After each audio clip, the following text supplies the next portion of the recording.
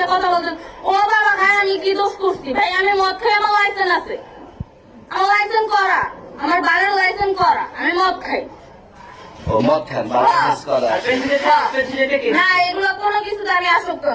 আপনি কি নিয়ে ধরছে? ইয়াবা পাইছেন আপনার কাছে? না তাহলে আমার কাছে কিছুই পাই নাই।